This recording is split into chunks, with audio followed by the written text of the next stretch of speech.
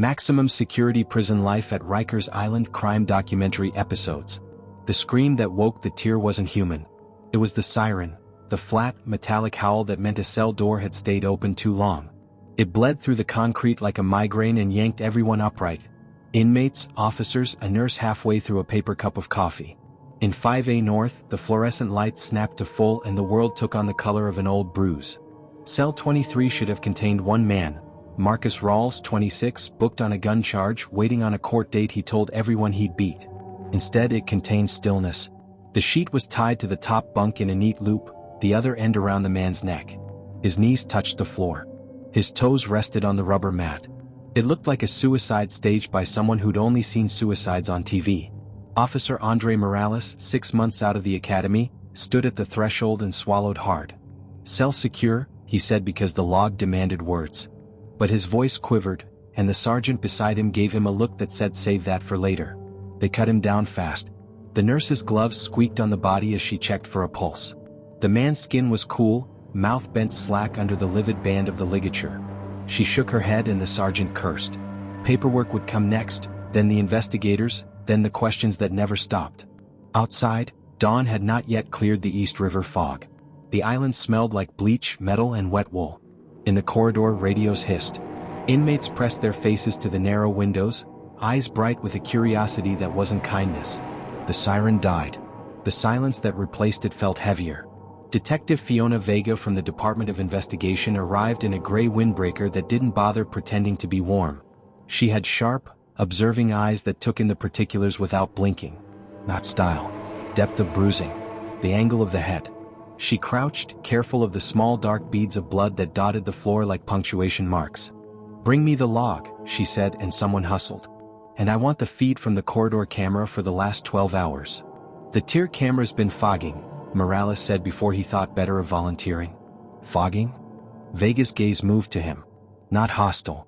Not kind. Condensation. "You'll see." "Condensation doesn't fog memory cards," she said mildly. "What's your name?" "Morales." "Good. Stay close, Officer Morales. I have questions." She turned back to the body. The knot was neat, too neat. A handled loop, a clean cinch at the back of the neck. It looked like a demonstration. The skin under the sheet was marked with a band of deeper bruise that didn't match the angle of the drop. The fingertips were gritty, rimmed with gray dust, as if he'd been grinding them into concrete. There was a faint chemical sharpness clinging to the hair at the nape, bleach maybe so diluted it barely registered. "Who found him?" Vega asked. "Count Runner," the sergeant said. Then the siren.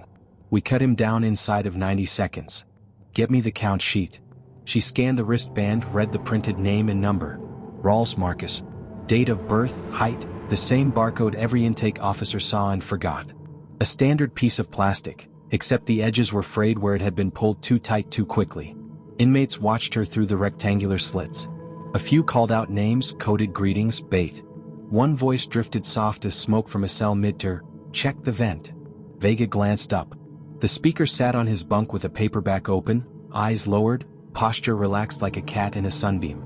He didn't look at her directly, which made her trust him more than if he had. "What's your name?" she asked. "Elijah Ward," he said without looking up. "The vent in 23 rattles when the AC kicks. Been rattling all week. Means someone loosened the screws." "Thank you, Mr. Ward." She didn't ask how he knew. Everyone knew everything in places like this. The island was a rumor machine with nightsticks. She nodded to Morales. "Let's open the vent." The grate came off with 2 turns of a contraband coin flattened to a crude screwdriver. Inside, along the lip of dust and lint, lay a small knife carved from soap. Its edges were sharp, the main scratched with a pin. It was more delicate than it should have survived in a place like this. The base had a slit just wide enough to hide something small and flat.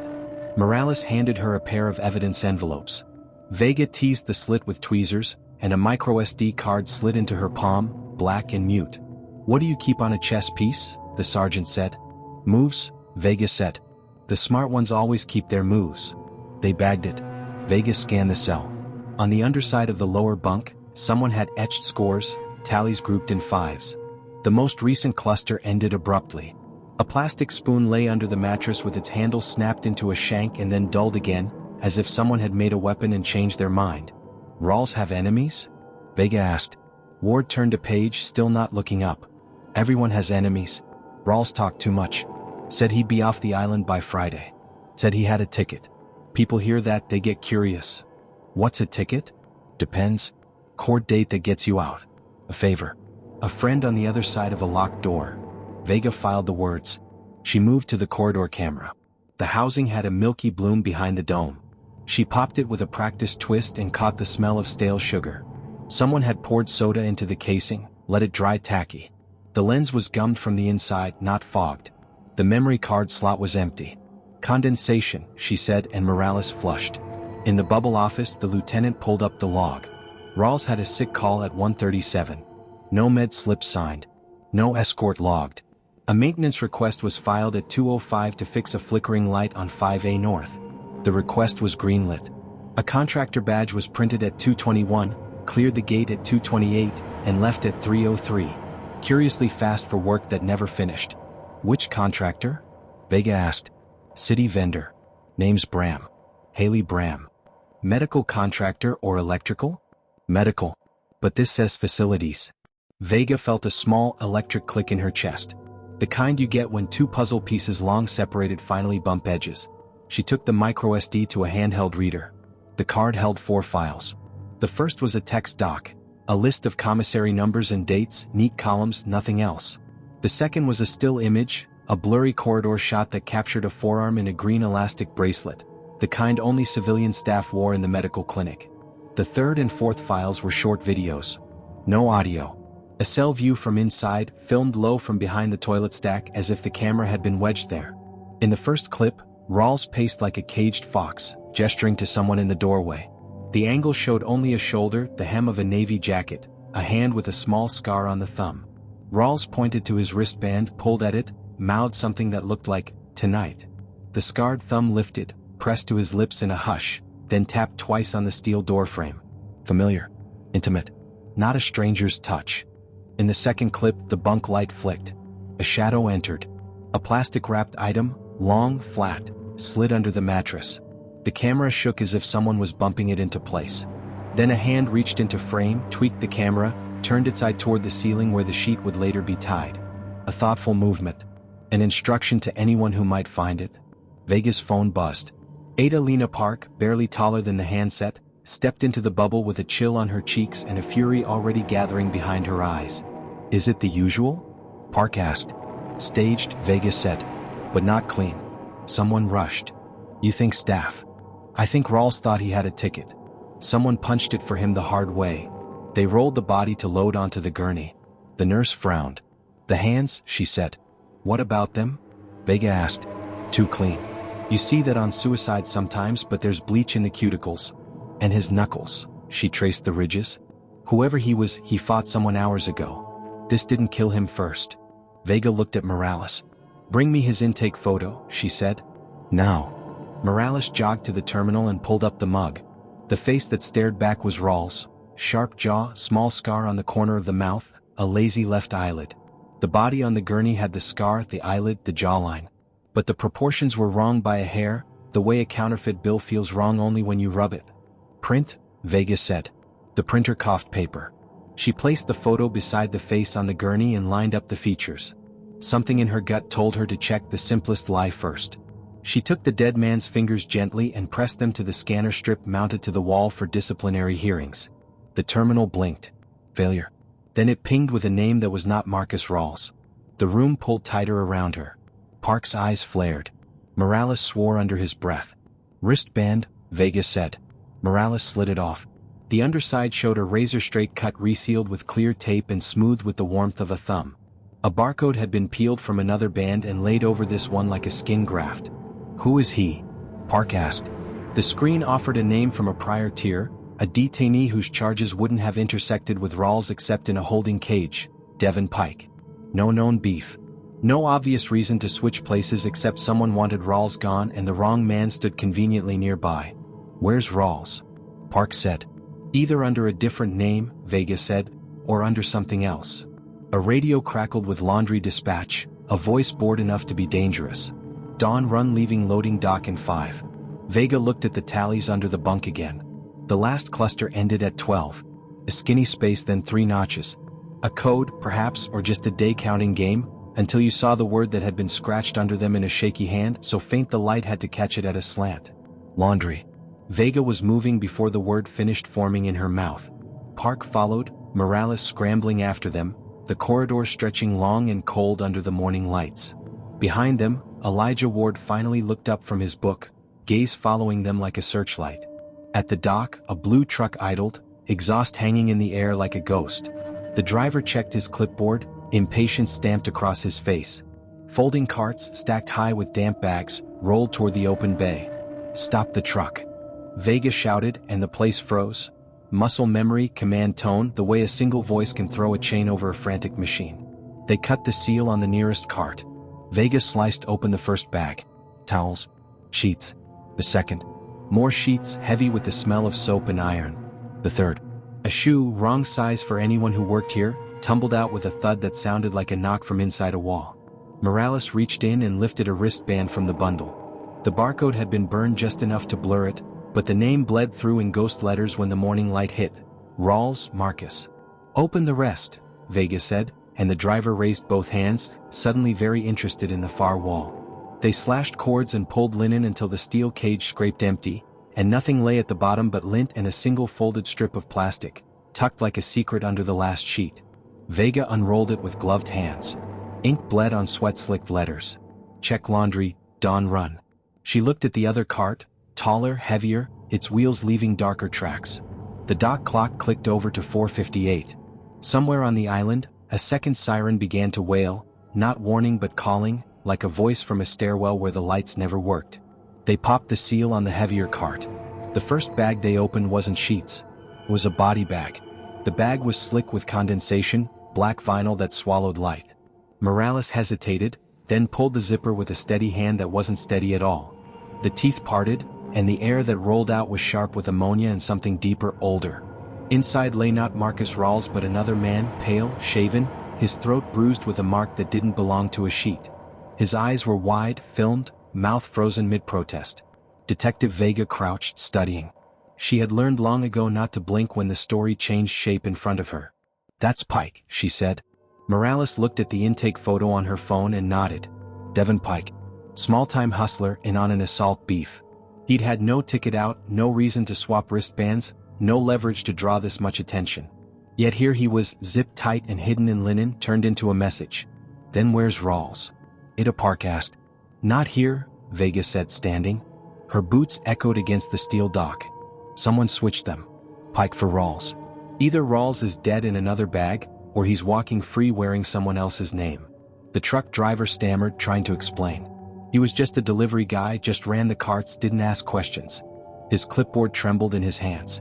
Vega took it, scanning the signatures. Maintenance. Medical.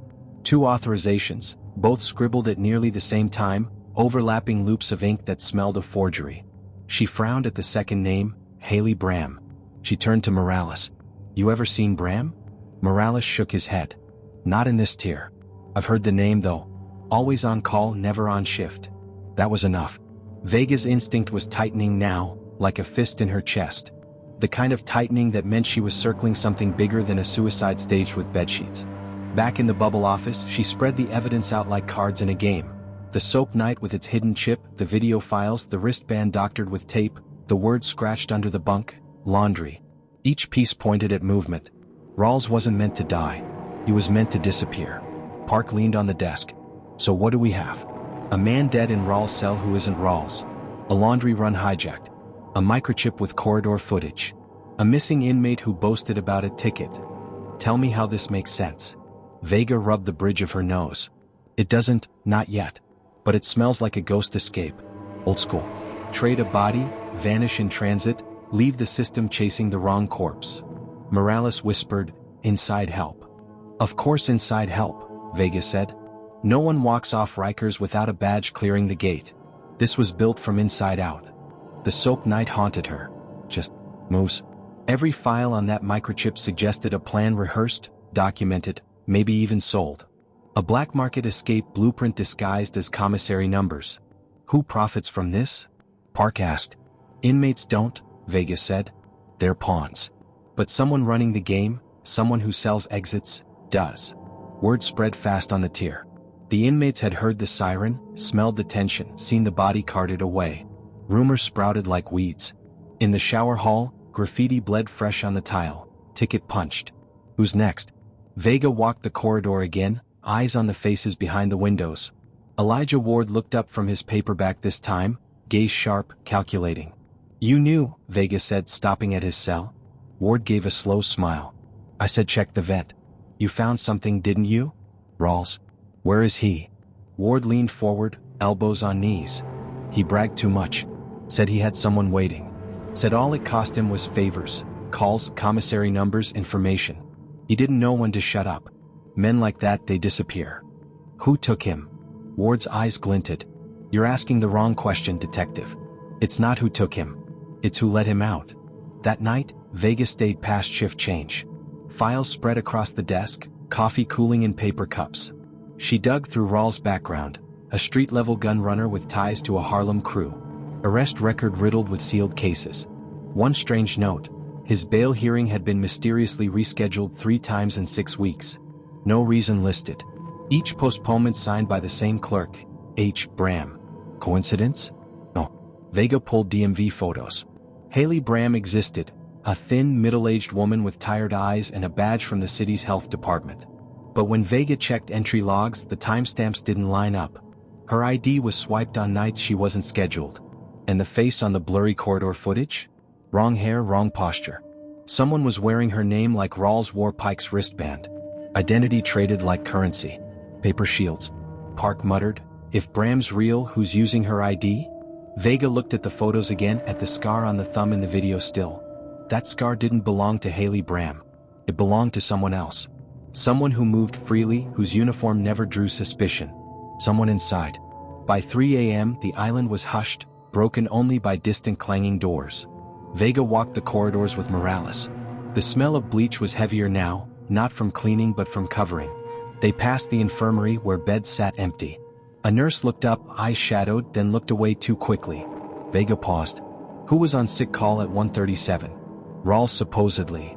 The nurse hesitated. We didn't log him. Why not? Because he never came in. A guard brought paperwork, said Rawls refused care. Signed the refusal himself. I never saw him. Vega's skin prickled. Which guard?